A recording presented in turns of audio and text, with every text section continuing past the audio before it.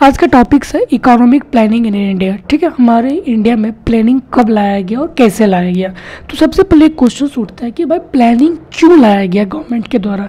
Planning इसलिए लाया गया है ताकि हमारे कंट्री में जितने भी रिसोर्सेज हो उसको ऑप्टिमम यूटिलाइजेशन हो सके हमारे एग्जिस्टिंग रिसोर्सेज का, और उससे जो है हम अपने लोगों का फुलफिलमेंट, जितने भी रिक्वायरमेंट है उसको हम लोग फुलफिलमेंट कर सके। यही हमारा इकोनॉमिक ऑब्जेक्टिव है। इसी को देखते हुए जो सरकार इकोनॉमिक प्लानिंग लाया गया था। ठीक है, तो यही है इकोनॉमिक प्लानिंग इन इंडिया। अब हम लोग देखते हैं कुछ उसका हिस्ट्री कि कैसे जो है इकोनॉमिक प्लानिंग इंडिया में लाया गया। सबसे पहले जो है 1934 में जो है एम विश्वेश्वरैया राय, जिन्होंने एक बुक को लिखा था प्लान इकोनॉमी ऑफ इंडिया। ठीक है, यही जो है एक प्लानिंग का नींव रखा गया। ठीक है, 1934 में।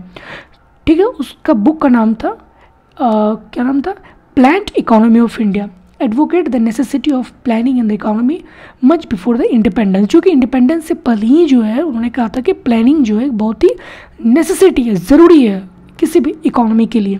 फिर 1944 में जो बॉम्बे प्लान को जो पब्लिश किया गया था 1994 में जनवरी में, prepared by the 8 leading industrialist of Bombay, जो कि 8 इंडस्ट्रियलिस्ट बॉम्बे के द्वारा जो इसको प्रिपेयर्ड किया गया था 1944, जिसको हम लोग बॉम्बे प्लान के नाम से जाना जाता है। ठीक है, तो ये क्या है, हमारा हिस्ट्री ऑफ प्लानिंग है 1934 1944। फिर उसके बाद जो है गांधीयन प्लान आता है। गांधीयन प्लान जो है put forward by the S N. Agrawal के द्वारा जो इसको फॉरवर्ड किया जाता है 1944 में। फिर 1944 में जो है फिर दूसरा इवेंट होता है कि जो प्लानिंग डेवलपमेंट काउंसिल्स 1944 में जो है प्लानिंग डेवलपमेंट काउंसिल्स को जो है सेटअप किया जाता है, और इसका चेयरमैन कौन रहता है, ई दलाल। फिर पीपल्स प्लान जो है ड्राफ्ट किया जाता है एम एन रॉय के द्वारा 1945 में। फिर 1946 में जो है इंटरिम गवर्नमेंट जो है सेटअप प्लानिंग एडवाइजरी बोर्ड, एक प्लानिंग एडवाइजरी बोर्ड जो है 1946 में सेटअप किया जाता है इंटरिम गवर्नमेंट के द्वारा।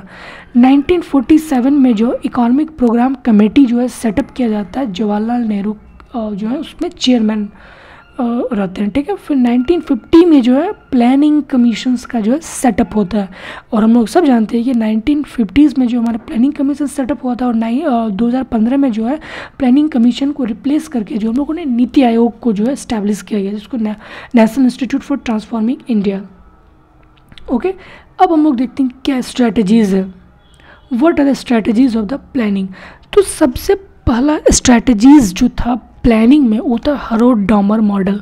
हरोड-डॉमर मॉडल को जो है यूज्ड किया गया था प्लानिंग में।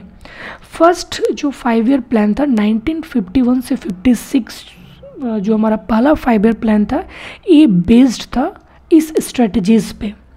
It emphasizes the role of capital accumulation of dual characteristics, which will increase the national income as well as the increase the productions capacity। और उन्होंने ज़्यादा emphasize किया कि capital accumulations होना चाहिए हमारे नेशंस पे, ताकि इससे जो है नेशनल इनकम जनरेट हो सके और प्रोडक्टिव कैपेसिटी भी हमारी बढ़ेगी। According to this model the economic growth rate is dependent on the level of saving and capital output ratio. उन्होंने कहा था कि अगर किसी भी नेशंस को डेवलप होना है अच्छे ऑप्टिमम लेवल पे, तो उस नेशंस पे जो एक डिज़ायरेबल सेविंग अमाउंट होना चाहिए और कैपिटल इनपुट रेशियो होना चाहिए, जो कि हरोड-डॉमर मॉडल पे बेस्ड था। फिर उसके बाद आया तो Mahalanobis model, Nehru Mahalanobis model. This strategies as 2 sectors, इसमें 2 सेक्टर्स पे जो उन्होंने ज़्यादा एम्फेसाइज किया, एक कंज्यूमर गुड सेक्टर, दूसरा capital good sectors. This studies focus on investment in heavy industries. और मालानोबिस मॉडल जो है बेसिकली उन्होंने फोकस किया था कि इन्वेस्टमेंट जो है ज़्यादा होना चाहिए हैवी इंडस्ट्रीज़ में, ताकि हम अपने जो है रैपिड इकोनॉमिक डेवलपमेंट को अचीव कर सके। इससे हमारा क्या होगा, इंडस्ट्रियलाइजेशन होगा। So objective was to become the self reliant and capital constraint. और इसका मेन ऑब्जेक्टिव क्या था कि हम सेल्फ रिलायंट बन सके और कैपिटल कंस्ट्रेंट हो। This strategies has adopted in the second 5 year plan. और नए जो मालानोबिस मॉडल जो था इसको सेकंड 5 ईयर प्लान में जो इसको अडोप्ट किया गया था। फिर उसके बाद आता Gandhian strategies. It was given by the Narayan Agrawal, Narayan के द्वारा जो इसको दिया गया हुआ था गांधीयन प्लान 1944 में। The basic objective of the Gandhian model is to raise the material as well as the cultural level of masses as to provided as basic standard of living. उन्होंने जो है ज़्यादा फोकस किया था कि कल्चरल लेवल जो है अटैचमेंट होना चाहिए हमारे लेवल ऑफ स्टैंडर्ड से, ठीक है, मतलब जैसे कॉटेज इंडस्ट्रीज़ को बढ़ावा दिया जाए, ठीक है, तो उन्होंने जो है ज़्यादा फोकस किया था होम मेड गुड्स पे, ठीक है। It let emphasise of the scientific development of agriculture, rapid growth of cottage और विलेज इंडस्ट्रीज़ पे होनी चाहिए, जो कि गांधीयन स्ट्रेटजीज था, और 1944 में जो है नारायण के द्वारा जो है इसको दिया गया था, ठीक।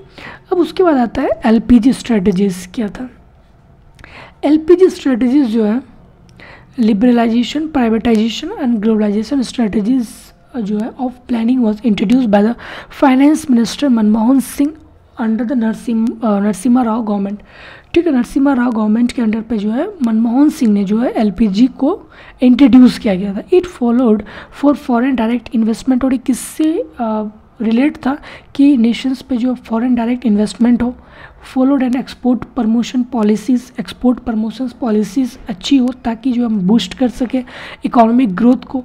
It changes the nature of planning from the centralise to indicate where in planning has to play the facilitating role, ठीक है। उन्होंने जो है it change the nature of planning, पूरे प्लानिंग का जो उन्होंने नेचर को चेंज किया सेंट्रलाइज से, और उन्होंने इंडिकेट किया कि जो प्लानिंग का रोल जो है एफिशिएंट किस तरह से होनी चाहिए, ठीक है। अब हम देखते हैं कि टाइप्स ऑफ इकोनॉमिक प्लानिंग, कितने टाइप्स के जो है इकोनॉमिक प्लानिंग होता है। सबसे पहला जो है imperative planning.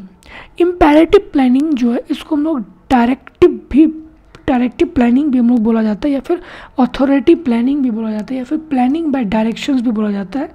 It generally practice in socialist economy, और ये बेसिकली जो है सोशलिस्ट इकोनॉमी में जो है देखने को मिलता है, ताकि जो यहाँ पे गवर्नमेंट जो है सब कुछ करता है। Imperative planning, planning inducement also called as indicator for market incentive planning, और इसको जो हम लोग एक indicators of for market incentive, ये बेस्ड है किस पे? मार्केट इंसेंटिव प्लानिंग पे, ठीक। Regulate the private sector to achieve the set the target, ठीक है। ये क्या है? ये बेसिकली गवर्नमेंट पे बेस्ड है, और ये जो प्राइवेट प्लानिंग पे बेस्ड है, ठीक है। फिर तीसरा आता है centralise planning. All the economic decisions taken by the central authority, जितने भी नेशंस पे जितने भी डिसीजंस होंगे सारे जो है सेंट्रल अथॉरिटी के द्वारा लिया जाएगा, मतलब गवर्नमेंट के द्वारा जो है उसको लिया जाएगा। इकोनॉमिक प्लान्स को जितने भी टारगेट है वो सारे सेट कौन करेगा? गवर्नमेंट, ठीक है। क्या क्या प्रायोरिटीज़ होंगे सारे गवर्नमेंट जो उसको देखेंगे, ठीक है। उसके बाद आता है short term planning. Short term planning क्या होता है? शॉर्ट टर्म प्लानिंग जो है also known as the controlling plan उसको बोला जाता है। It encompasses the period of 1 year, therefore known as an annual plan. Main objective raise a revenue, attain short terms economic target, bring price stability and remove the balance of payment deficit. Short terms planning जो है government के द्वारा लाया जाता है, ताकि अगर Nations पे अगर कोई भी अगर लैंड है, अगर उसका कर्ज है, तो उस कर्ज को मिटाने के लिए रेवेन्यू को किस तरह से जनरेट किया जाए। मेन ऑब्जेक्टिव होता है कि रेवेन्यू को जनरेट करना, शॉर्ट टर्म इकोनॉमिक टारगेट को फिक्स करना, प्राइस स्टेबिलिटी होना चाहिए, और हमारा जो बैलेंस ऑफ पेमेंट को रिमूव होना चाहिए। इसलिए जो है गवर्नमेंट शॉर्ट टर्म्स प्लानिंग लेके आता है। एक होता है रोलिंग प्लानिंग। रोलिंग प्लानिंग जो है गुंडार साहब के द्वारा जो है एक रोलिंग प्लानिंग का कॉन्सेप्ट दिया गया हुआ है। It refer to the rolling of plan at is interval of usual 1 year so that it continue to be a plan for a certain number of years, ठीक है। इसको रोलिंग इसलिए बोला जाता है ताकि जो है एक इंटरवल पे जो ये चलता है 1 year after, okay.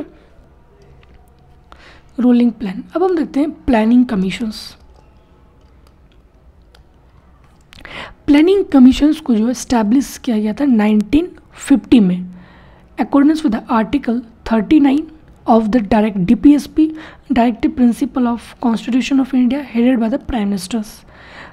The Commission is independent of the Cabinet, और जो प्लानिंग कमीशन वो इंडिपेंडेंट है, ठीक। स्टाफ जो है drafts plan under the guidance of commission, the draft plans are presented for the approval of the national development councils. अगर planning commissions के under कोई भी प्लानिंग अगर बन गया, फिर उस अप्रूवल के लिए जो है नेशनल डेवलपमेंट काउंसिल्स पे जाता है, तभी जो है वो प्लान अप्रूवल होता है। Which consist of A members, जिसमें जो है मेंबर्स कंसिस्ट होते हैं, प्लानिंग कमीशंस का ही मेंबर जो इसमें कंसिस्ट होता है। कौन कौन से मेंबर होते हैं? चीफ मिनिस्टर ऑफ स्टेट्स होते हैं, और यूटी के जो है एडमिनिस्ट्रेटर और ऑल यूनियन मिनिस्टर्स जो इसमें शामिल होते हैं। एनडीसी, नेशनल डेवलपमेंट काउंसिल्स पे। नेशनल डेवलपमेंट काउंसिल्स का बेसिकली काम है अप्रूवल देना। Okay, the council can make change in the draft plan. Council जो है, ये जो काउंसिल है नेशनल डेवलपमेंट काउंसिल, अगर प्लानिंग कमीशंस ने कोई ड्राफ्ट को तैयार किया, क्योंकि प्लानिंग कमीशंस का काम क्या होता है? ड्राफ्ट को तैयार करना, मतलब प्लान को तैयार करना। अगर एनडीसी को अगर लगता है कि नहीं कुछ चेंजेस होनी चाहिए, तो काउंसिल जो है यहाँ पे चेंज कर सकती है। After council approval the draft is presented to the cabinet. फिर जब काउंसिल्स के द्वारा, एनडीसी के द्वारा जब अप्रूवल मिल जाता है, फिर जो है कैबिनेट पे जाता है। फिर cabinet consequently to parliament to approval take the plan and operating the document for the central and state government. फिर उसके बाद जो है कैबिनेट पे जाकर उसको अप्रूवल मिलता है। ओके, अब हम देखते हैं कि इसका फंक्शंस क्या है। ठीक, फंक्शन जो है assessment of the material capital and human resources of the country including the technical personnels, formulation of proposals for the augmentations of such resources, formulation of plans for the effective and the balanced utilization of resources। क्यों जो plans का जो main functions है ये है कि हम जो है बैलेंस्ड यूटिलाइजेशन ऑफ रिसोर्सेज हो सके। ठीक है, defining stage in which the plan should be carried out, prospective cooperation the national development पे जो कॉपरेशन हो, appraisal for the time to time for the progressive achievement. तो मेन फंक्शंस जो है यही सारा है, इसीलिए जो हम लोग प्लानिंग कमीशंस को लाया जाता है। क्या इसका फंक्शंस है? एक कोऑपरेटिव को दिखाता है, ताकि जो है प्लानिंग कमीशंस और एनडीसी के बीच में जो कॉपरेशंस हो, और जाहिर सी बात है जब कॉपरेशंस होगा तो क्या होगा? डेवलपमेंट होगा हमारे नेशंस को। तो कोऑपरेटिव है, और उसके बाद हमारा जो रिसोर्सेज है उसको बैलेंस्ड वे से यूटिलाइज हो सके। ठीक है, appraisal from time to time से जो अगर कोई भी चेंजेस अगर होनी चाहिए तो उस पर भी जो चेंजेस हो सकती है। So these are the functions of this. ठीक है, national planning council. National planning council it is an advisory body, एक एडवाइजरी बॉडी है जो कि attach to the planning commission से अटैच है। इट वाज एस्टैब्लिश इन 1965 में जो इसको इस्टेब्लिश किया गया था। It include the expert representation across section of the Indian economy. Okay, expert representation cross section of the Indian economy का है। ठीक है, फिर हम लोग सेकेंड पार्ट में देखेंगे एनडीसी। एनडीसी क्या है? ओके, आई होप आपको यहाँ तक समझ में आया होगा। Thank you so much.